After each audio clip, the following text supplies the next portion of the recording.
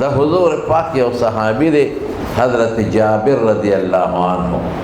جابر ابن عبداللہ انصاری خزرجی. دا والد صاحب عبداللہ اغا وفات شو او پا دی پلار بلا قرضے وی.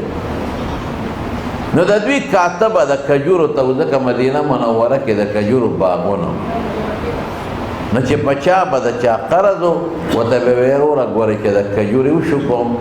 نو طالب اخپل قرض خلاصو. اتفاق دو چه پا دا کال کجوری کمی وشوی کلکی گی داس باغی لگی کجوری اکڑی دیر دیر زیاد پریشانو چه خدای زمان خلوی غم دا پلار دے، پلار میں مرد و بلا سیزون پی پوری دی او زمان کاتا خود کجورو تاو ما خوی دا کجوری بوشو کم نو قرضدارو لبخبل قرضون اخلاص کم نو پروردگار کجوری کمی وشوی پا دی خود دوی لسم و شلم ایسا قرضم نخلاصی. لال مخبلو خلق او گردے چه دا چه پپلار قرضونا مینا زاریو کچیرہ مہربانیو کے زما پلار سر گزارو کے یہ وطاو بخے او یا کنه بخے نو کال بے انتظارو کے سب در کمو سب کال پس در کمو او چام غاڑا نہیں خور نو دا چلو کچھ حضور پاک لرا رہی نو دا دوارو جہان مبارک سردار تے ہوئے وی دا اللہ رسول پپلار میں دا خلق قرضون دی و نپری دی او کجور دیر لگا شوے کہ دا طول ورکم نو بیام بلا قرضہ پاتی کیے گی نو تب دا سیو که چرا بشے او دا خلق راقوانا نو چه تووینی نو کی دیشی ما سر گزارو کے. حضور پاک ورطو فرمائل ویڈی رخ دا خلق رو غوانا دا درزم او دا کجوری دا باغ تولیو شکاوا او دا کجورو خو مختلف قسمونی نو ہر قسم جدا جدا یوزے کے ڈیرے کا ہر یو قسم جدا ڈیرے کا او چه کجوریو شکے او کجور ڈیرے کے نو بیا دا خلق رو غوانا کہ دا چاستا پپلار قرضون دی نو ما تو عزب درش.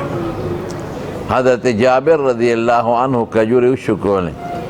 او ہر قسم عجوا او دا مختلف قسمون دی دے زان زان لڈیری کلن آما کجورا پاکی لگا زیادتا وا خودی دیر خپاو چه دا خودی لگی کجوری دی دا خو کٹولی ورکم اورونو خویندو لیو دانم پاتی نشی دا ما دا پلار نیم قرضم پی نخلاسی گی یا خدای دا بسکی نو حضور پاکی رو غختا نو چه راوی غختا او دا خلق امرو غختن نو چه دی خلق حضور پاک تاو کتن نو دا خلق خپش او جابر تا غصہ دی پسترگو سترگو کے وطا پسرو سترگو تیز تیز گونی چه تا منگ لنبی علیہ السلام رو غختا من خو قرض نپریدو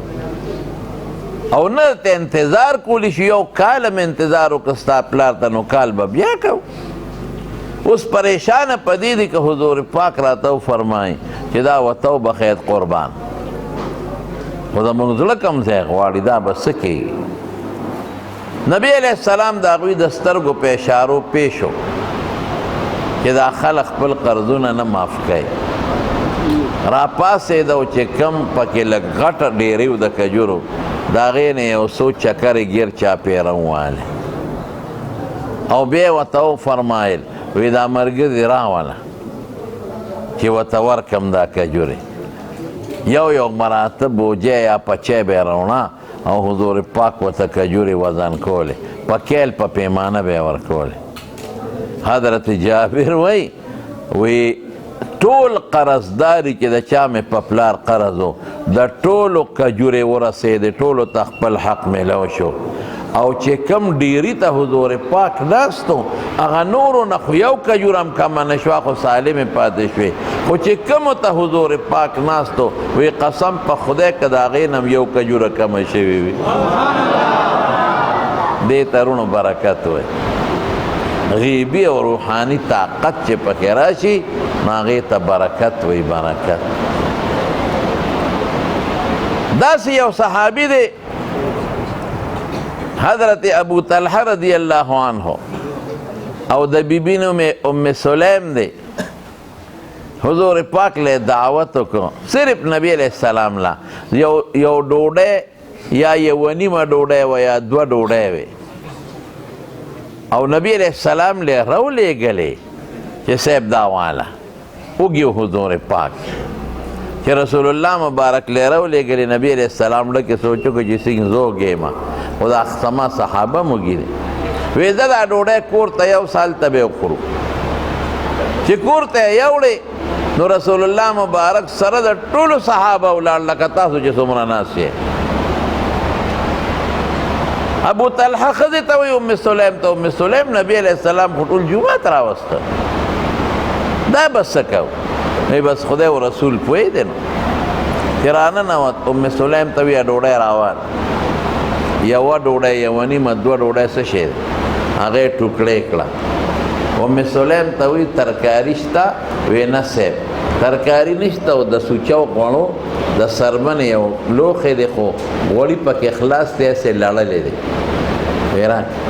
هغې الوړې کوه د پاسه یې پرې نچوړ کړو ګوتې مبارکې پکې ووایه وی کسان لس لس را دننه کوه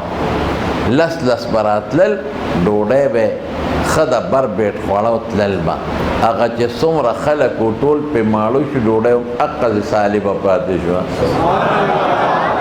دې ته څه وایي اوس تاسو راته ووایه برکت ورته